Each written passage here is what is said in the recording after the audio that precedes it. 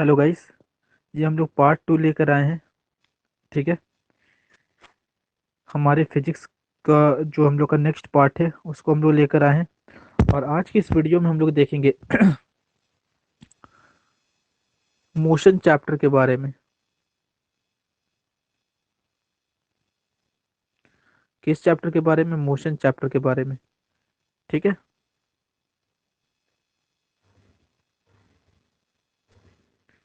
चलिए। अच्छा, motion motion किसे कहते हैं? कोई चीज रेस्ट कब होता है? कोई ऑब्जेक्ट को हम लोग रेस्ट कब कहेंगे? और कोई ऑब्जेक्ट को हम लोग मोशन में कब कहेंगे? ठीक है। अगर कोई ऑब्जेक्ट अगर कोई ऑब्जेक्ट अपना पोजीशन चेंज नहीं करता है, ठीक है, when it does not changes its position, हम लोग क्या बोलेंगे? When it does not changes its position, when it does not does not changes its position with respect to time. मतलब सिंपल सा है। जब वो अपना पोजीशन चेंज नहीं करे, मान लीजिए कोई पेड़ है, यहाँ लगा हुआ है, और कल भी यहीं लगा हुआ रहेगा, तो पोजीशन चेंज कर रहा है क्या कि पेड़ आज यहाँ है कल कहीं और चला गया? नहीं ना। तो इसको हम लोग क्या कहेंगे कि ये मेरा रेस्ट पे है। सिंपल। अच्छा, मोशन में क्या हो जाएगा? मोशन में क्या हो जाएगा? जब कोई ऑब्जेक्ट अपना पोजीशन चेंज करे, जब कोई ऑब्जेक्ट अपना पोजीशन चेंज करे, एन ऑब्जेक्ट जब अपना पोजीशन चेंज करे, when it changes its position with respect to time, when it changes its position with respect to time. ठीक है। When it changes its position with respect to time, जो अपना position को change करे समय के अनुसार, तो उसको हम लोग मोशन में कहेंगे। ठीक है। सिंपल। अच्छा, क्या कोई एक ऑब्जेक्ट एक ही समय पे रेस्ट पे और मोशन पे हो सकता है? हाँ, हो सकता है। एग्जाम्पल दीजिए। एग्जाम्पल क्या हो जाएगा? वही सिंपल से एग्जाम्पल कि अगर कोई गाड़ी ट्रेवल कर रहा है, तो गाड़ी के अंदर जो बंदे बैठे हुए हैं आपस में सब रेस्ट में है। ठीक है। एक दूसरे के रिस्पेक्ट में देखा जाए तो वो रेस्ट में है, लेकिन जो बंदा उन्हें बाहर से देख रहा है उनके के लिए वो मोशन में है। तो एक बंदा एक ही समय पे रेस्ट रेस्ट और मोशन दोनों में हो सकता है। ठीक है। वो देखा जाए कि हम लोग उसको किसके साथ कंपेयर कर रहे हैं। ठीक है। आइए, अब अलग अलग तरह का मोशन है, टाइप्स ऑफ मोशन की बात करें। अच्छा, हम लोग बहुत जल्दी जल्दी थोड़ा कर रहे हैं क्योंकि ये रिवीजन वीडियो है, डिटेल वीडियो नहीं है। आप लोग पहले से पढ़े हुए हैं, बस हम लोग इसको रिवाइज कर रहे हैं। ठीक है। ओके। टाइप्स ऑफ मोशन की बात करें तो मेरा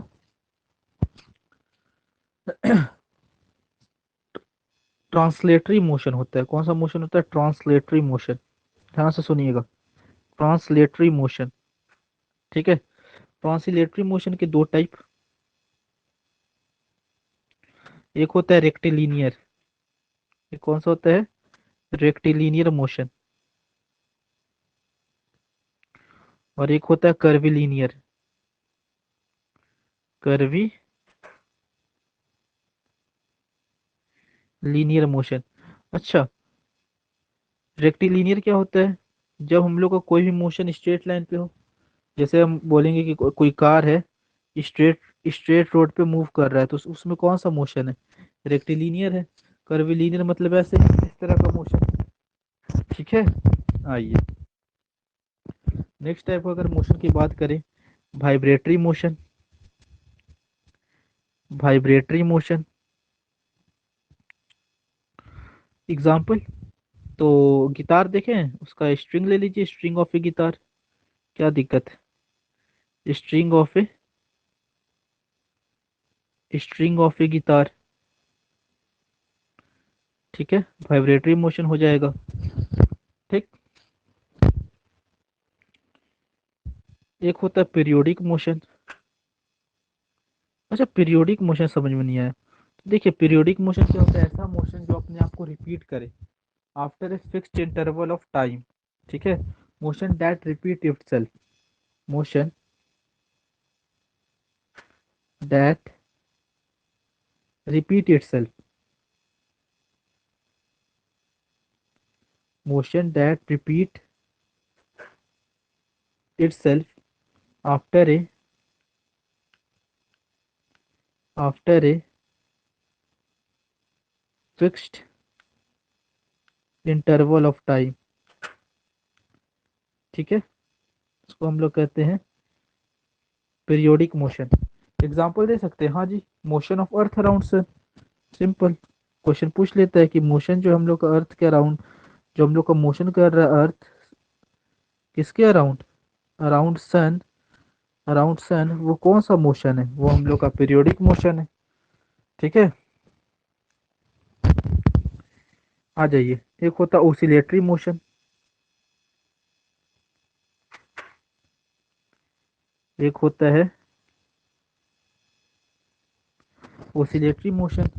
ओसिलेटरी मोशन का एग्जांपल अगर मैं दूं, motion of a simple pendulum, pendulum देखें हैं? Motion of a simple pendulum जिस तरह से रहता है, टुई, इधर इधर जाता है, इधर उधर जाता है। ठीक है, ये भी ओसिलेटरी मोशन भी एक तरह का पीरियोडिक मोशन ही में आता है ना। तो motion of a simple pendulum, अच्छा, ये जो सिंपल पेंडुलम बना बताया ना, इसका टाइम पीरियड पूछ लेता है। इसका क्या पूछ लेता है, टाइम पीरियड पूछ लेता है। तो टाइम पीरियड आप लोग याद रखिएगा, टाइम पीरियड इसका हम लोग कैसे निकालते हैं कि कितना टाइम पीरियड ये मूव कर रहा है। ठीक है, टाइम पीरियड इसका होता है T is equal to 2 pi under root L upon G. ठीक है, where L is the length of the string, L क्या है, ये जो तार है ना, ये जो स्ट्रिंग है, इसका लंबाई है। ठीक है, जी क्या है, gravity, acceleration due to gravity है। तो T is equal to 2 pi. Direct पूछा कि टाइम पीरियड हम लोग सिंपल पेंडुलम में कैसे निकालते हैं, ऑप्शन दिया हुआ रहेगा, तो एक ऑप्शन ये होगा, T is equal to 2 pi under root L upon G. अच्छा, क्वेश्चन पूछता है क्या मास पे डिपेंड करता है बॉल का, ये जो ये है, तो नहीं, मास पे डिपेंड नहीं करता है, देख सकते हैं आप लोग। ठीक है, T is equal to 2 pi L upon G. ठीक है, अब आ जाइए, अगर हम लोग बात करें मोशन चैप्टर में, तो हम लोग को इसके बाद डिस्टेंस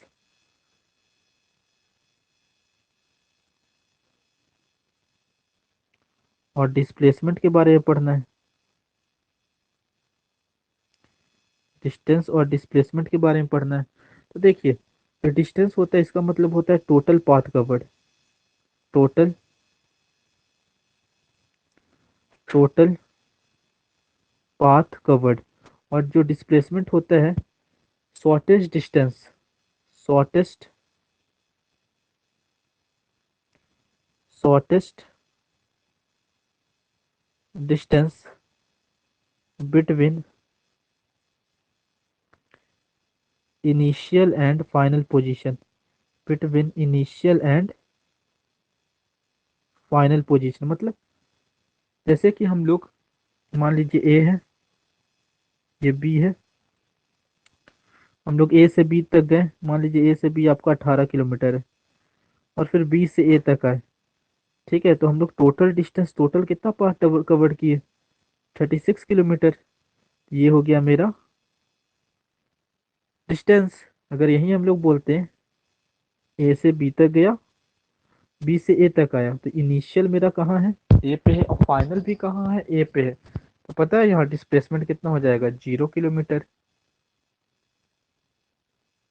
ठीक है, तो मेरा डिस्टेंस हो गया 36 किलोमीटर, और डिस्प्लेसमेंट कितना हो गया, 0 किलोमीटर। याद रहेगा।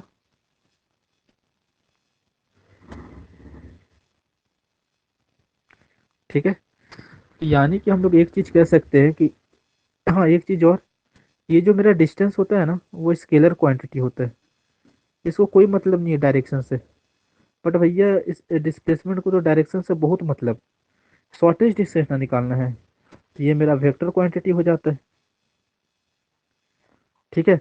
अच्छा, जो डिस्टेंस है मेरा ऑलवेज पॉजिटिव, और हमेशा पॉजिटिव रहेगा, लेकिन जो डिस्प्लेसमेंट है ये जीरो भी हो सकता है, पॉजिटिव भी हो सकता है, और मजा का बात निगेटिव भी हो सकता है।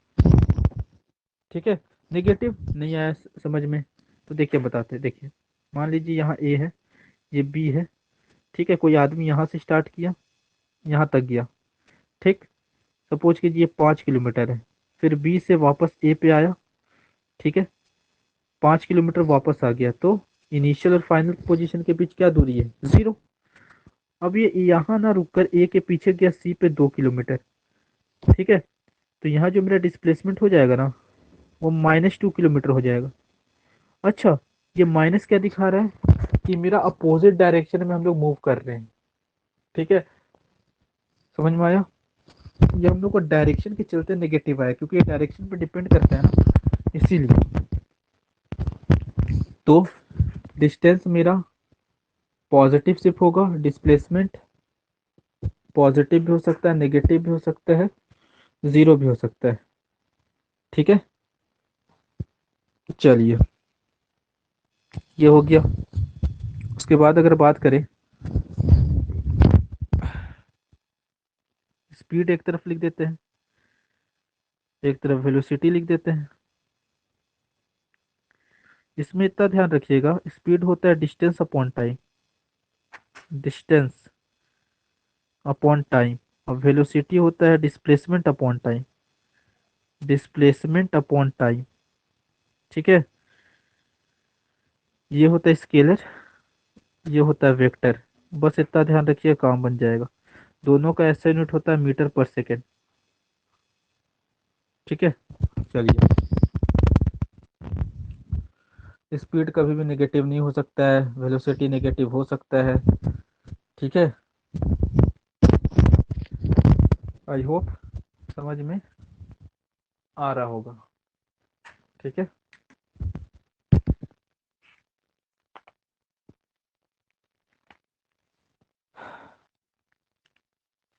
आइए दो कंसेप्ट और दे देते हैं, एक दो कंसेप्ट और इसी में। अगर एक्सेलरेशन की बात करें, एक्सेलरेशन की बात करें, एक्सेलरेशन क्या होता है, एक्सेलरेशन होता है change in velocity upon time, change in velocity upon time.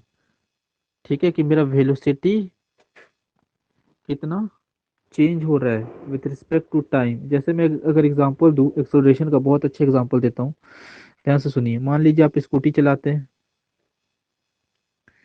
ठीक है, अभी स्टार्ट नहीं हुआ है, आपका गाड़ी जीरो पे होगा, ऑब्वियस सी बात है। आप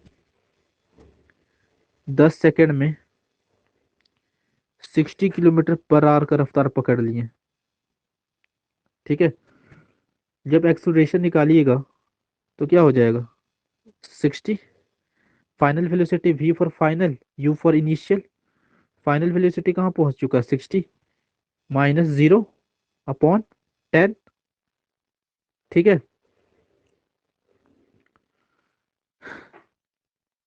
तो यहाँ क्या आ जाएगा, हाँ यहाँ यहाँ देखिए यूनिट पे मत जाइए कि ये सेकंड में किलोमीटर पर आवर पे, अभी सिर्फ समझाने के लिए। ठीक है, अब देखिए इधर, इसका मतलब क्या, 60/10, यानी कि 6 किलोमीटर पर सेकेंड। ठीक है, 6 किलोमीटर, 6 किलोमीटर, 6 किलोमीटर पर सेकेंड स्क्वायर। ठीक है, इसका मतलब क्या, कि हर एक सेकंड में मेरा जो गाड़ी है 6 किलोमीटर तेज होता जा रहा है। ठीक है, इसका मतलब ये होता है। तो एक्सेलरेशन आप लोग क्या याद रखिएगा, change in velocity upon time. ठीक है, और इसका एसआई यूनिट क्या याद रखिएगा, मीटर पर सेकेंड स्क्वायर, आपको बस ये याद रखना है। ठीक है। अच्छा, कभी कभी जो एक्सेलरेशन होता है ना मेरा नेगेटिव में आ जाता है। देख मैं लाइन लिख दे रहा हूँ, बहुत इंपॉर्टेंट है, इससे भी डायरेक्ट क्वेश्चन आया हुआ है कि जो नेगेटिव एक्सेलरेशन होता है ना, नेगेटिव एक्सेलरेशन, उसको हम लोग रिटार्डेशन कहते हैं। क्या कहते हैं? रिटार्डेशन। रिटार्डेशन। ठीक है, रिटार्डेशन। दैट्स इट, डायरेक्ट आएगा कि नेगेटिव एक्सेलरेशन दिया हुआ उसको क्या कहते हैं? रिटार्डेशन कहते हैं। ठीक है, आ जाइए। एक होता है average velocity. Average velocity. Average velocity क्या होता है? एवरेज वेलोसिटी क्या होता है? v plus u by two, मतलब initial velocity plus final velocity divided by two, इसको कहते हैं एवरेज वेलोसिटी। और एवरेज स्पीड क्या होता है? Average speed total distance covered, total distance covered by total time, by total time, इसको कहते हैं एवरेज स्पीड। ठीक है, total distance covered by total time. ठीक। ठीक है, डायरेक्ट सवाल यहाँ से आएगा। तीन इक्वेशन ऑफ मोशन होता है, याद होगा, डायरेक्ट आता है। डायरेक्ट कि इनमें से बताइए कौन इक्वेशन ऑफ मोशन नहीं, डायरेक्ट याद रखिए। तीन इक्वेशन ऑफ मोशन होता है, इक्वेशन ऑफ मोशन होता है तीन। एक होता है v is equal to u plus a t. ठीक है, एक होता है s is equal to u t plus half a t square. एक होता है v square minus u square बराबर टू ए एस। ठीक है, याद रख लीजिए, v is equal to u plus a t, s is equal to u t plus half a t square, v square minus u square is equal to two a s. ठीक है, जहां मेरा u क्या है? u है initial velocity, initial velocity. v क्या है? Final velocity, final velocity. t क्या है? t है मेरा टाइम। ठीक है, s क्या है मेरा? डिस्टेंस बोलिए, डिस्प्लेसमेंट बोलिए, डिस्टेंस। ये क्या है? एक्सेलरेशन। तो इसको भी नोट कर लीजिएगा। ठीक है, इक्वेशन ऑफ मोशन तीन तो है, याद रखना है। v is equal to u plus a t, s is equal to u t plus half a t square, v square minus u square is equal to two a S.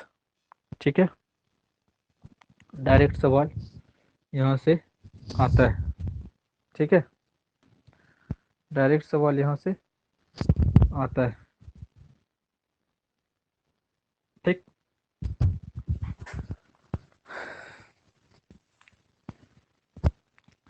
अब आ जाइए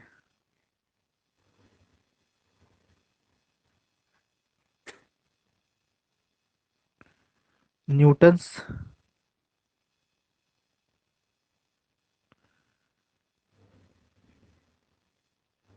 Newton's law of motion, Newton's law of motion. ठीक है, हमारे Newton साहब थे, Newton साहब ने तीन लॉ दिया है, Newton first law, second law, third law. ठीक है, तो हम लोग एक एक करके सारा का सारा चीज को डिस्कस कर लेते हैं। जो पहला लॉ है उसको कहा जाता है लॉ ऑफ इनर्शिया। क्या कहा जाता है? Law of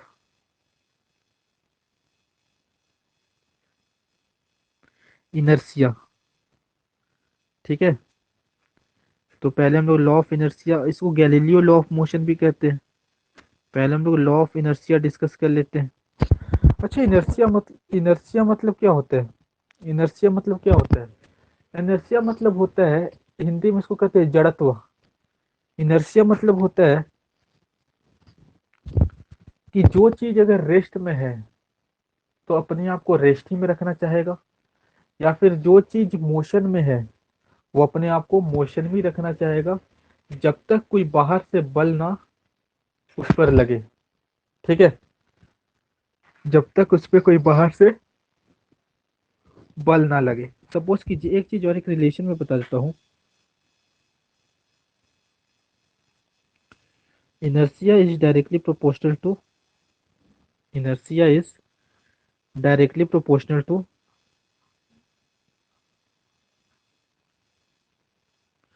inertia is directly proportional to mass. मतलब देखिए, एक चीज बताइए, मान लीजिए ये आपका फुटबॉल है, ये फुटबॉल है, ठीक है, और ये बड़ा सा रॉक है।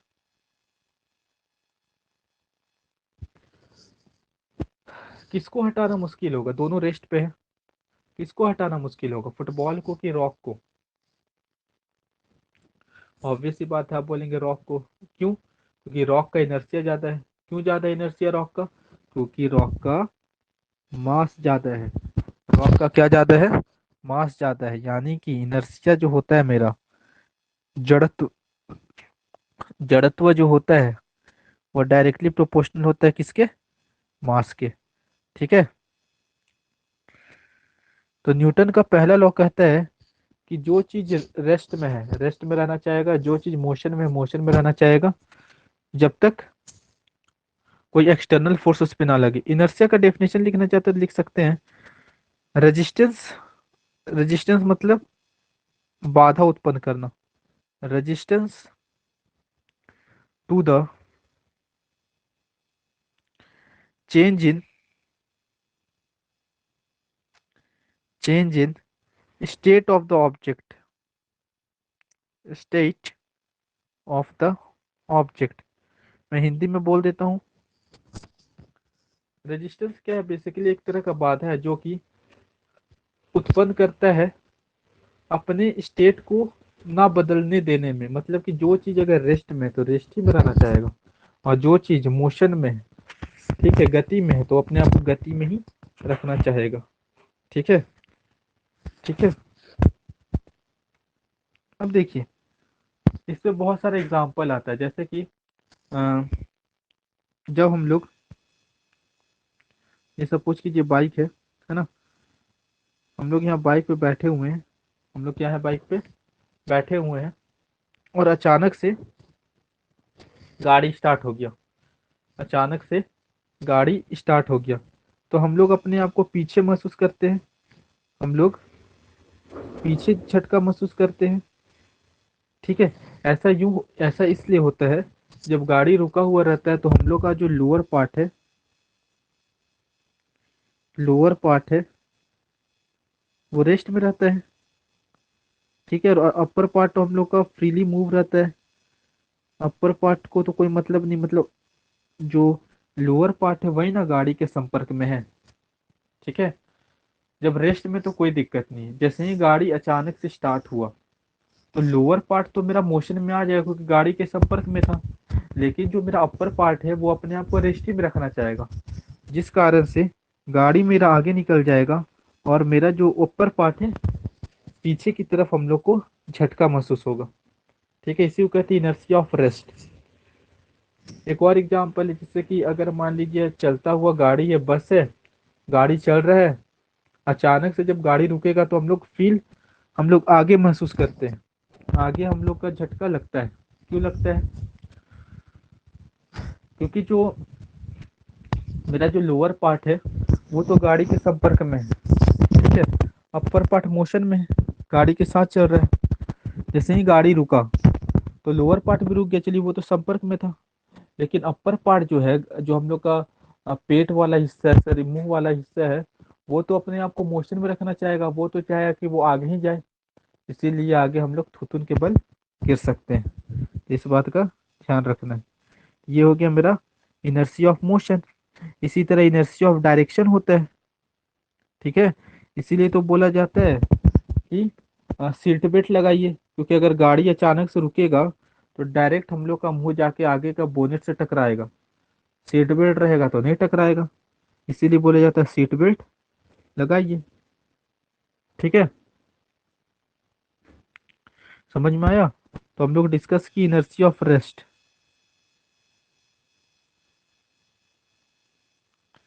इनर्शिया ऑफ रेस्ट कि जो चीज अपने आप को रेस्ट में रहना चाहेगा, जब गाड़ी अचानक स्टार्ट होता है तो हम लोग पीछे की तरफ हम लोग को झटका महसूस होता है इसी के कारण, ठीक है।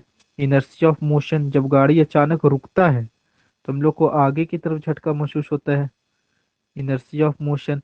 जब घूमता है, कहीं महसूस किए जब अचानक से गाड़ी घूमे तो किस तरह से महसूस होता है, उस वो होता है इनर्शिया ऑफ डायरेक्शन के कारण, इनर्शिया ऑफ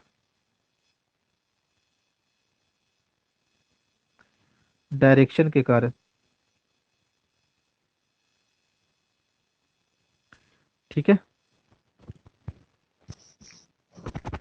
ठीक है, तो ये बेसिकली हम लोग का न्यूटन फर्स्ट लॉ ये बात कहता है। डायरेक्ट क्वेश्चन आएगा कि जब गाड़ी अचानक रुकता है तो हम लोग आगे की तरफ क्यों मूव करते हैं, गाड़ी अचानक स्टार्ट हो जाता है तो पीछे की तरफ क्यों मूव करते हैं, ठीक है, इनर्शिया के कारण, ठीक है। इनर्शिया किस पे डिपेंड करता है, मास पे डिपेंड करता है। इस तरह से सवाल पूछे जाता है, ठीक। अब आ जाइए न्यूटन का second law.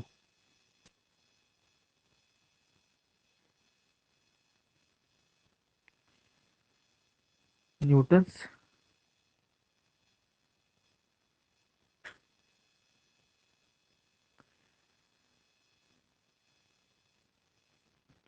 Newton second law, Newton second, जैसे कि हम लोग का पहला लॉ में पता चल गया कि कुछ ना कुछ कोई भी ऑब्जेक्ट अपने आप को रेस्ट में रखेगा, या फिर अगर रेस्ट में तो रेस्ट में रखेगा, या फिर अगर मोशन में है तो मोशन में रखेगा, जब तक कोई बाहरी बल ना लगे, ठीक है। उसमें बल का बात हुआ था। अब हम लोग ये पता लगाएंगे कि वो जो फोर्स है वो इक्विवेलेंट किसके बराबर होता है, कैसे उसका फॉर्मूला आता है। तो अगर कोई पूछेगा कि न्यूटन हम लोग का जो फोर्स का फॉर्मूला मिलता है वो किस लॉ से मिलता है, तो न्यूटन के सेकेंड लॉ से मिलता है। इसी लॉ से हम लोग फोर्स का वैल्यू निकालते हैं, F is equal to mass into acceleration, और इसका ऐसा यूनिट होता है, इसका ऐसा यूनिट होता है न्यूटन, ठीक है। और एक न्यूटन में होता है 10⁵ डाइन, ठीक है। तो ये ध्यान में रखना है, ठीक। जैसे कि एक जैसे कि हम क्या लिखे, force is equal to M into A, इसको ऐसे लिख सकते हैं, F is equal to M V minus U by T, क्योंकि एक्सेलरेशन होता है change in velocity upon time. तो देखिए ना, फोर्स और टाइम में इन्वर्सली रिलेशन है। अच्छा, इन्वर्सली रिलेशन मतलब क्या? इन्वर्सली रिलेशन मतलब क्या कि अगर हम टाइम को बढ़ाएंगे तो मेरा फोर्स क्या हो जाएगा, कम लगेगा, ठीक है। जैसे नहीं समझ में आया, जैसे कि क्वेश्चन आता है कि जो फील्डर होता है, फील्डर होता है अपना हाथ को पीछे क्यों खींचता है, why fielder lower his hand while catching the ball, ठीक है, क्यों खींचता है। तो देखिए, जब वह बॉल को, मान लीजिए बॉल ऐसे आ रहा है, टुई टुई टुई टुई टुई, यहाँ वो कैच करने वाला है, ठीक है, वो अपना हाथ को पीछे खींचेगा। तो बेसिकली वो क्या कर रहा है कि ये जो टाइम इंटरवल है इसको इंक्रीज कर दे रहा है। जो बॉल आ रहा है उसके पास, अगर वो पहले ही जाके पकड़ लेगा, खींचेगा नहीं, हाथ को पीछे की ओर नहीं खींचेगा, तो वो बेसिकली टाइम को कम कर रहा है। अगर वो टाइम को बढ़ाएगा तो हम लोग क्या जानते हैं, अगर टाइम बढ़ेगा तो हमको फोर्स कम लगेगा, फोर्स कम लगेगा तो चोट कम लगेगा। यही कारण है कि फील्डर जो अपना हाथ को पीछे करता है जब वो कैच पकड़ता है। ठीक है, इसमें भी कौन सा लॉ आता है, न्यूटन्स का सेकंड लॉ। न्यूटन का सेकंड लॉ से हम लोग को क्या मिलता है, फोर्स का वैल्यू मिलता है, which is equal to f is equal to m a. बस इतना ही ध्यान में रखना है। ठीक है, ठीक, तो दिक्कत नहीं होना चाहिए। ठीक है, अच्छा, न्यूटन्स का थर्ड लॉ क्या कहता है?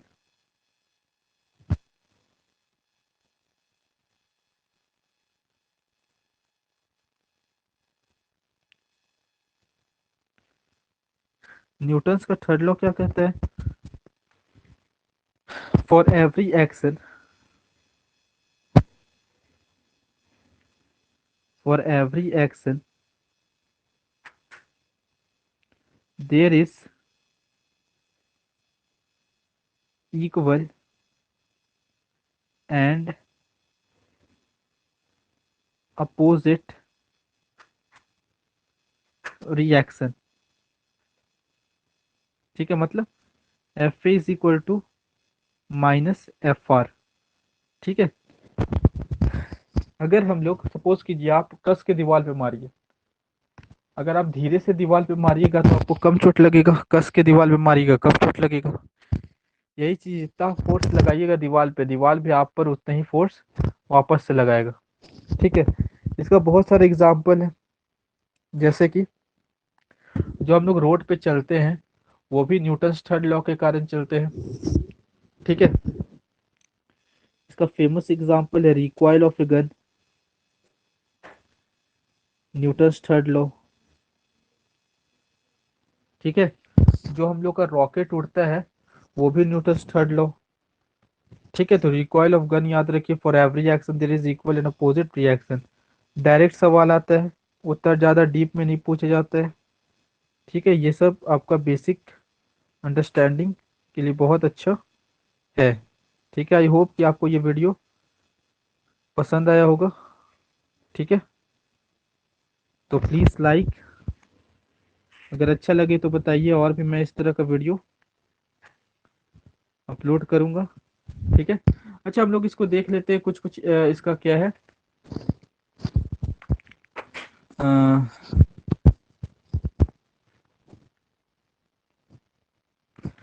एप्लीकेशन हम लोग देख लेते हैं कुछ कुछ न्यूटन थर्ड लॉ का। ठीक है, एप्लीकेशन, इससे सवाल पूछ लिया जाता है, एप्लीकेशन ऑफ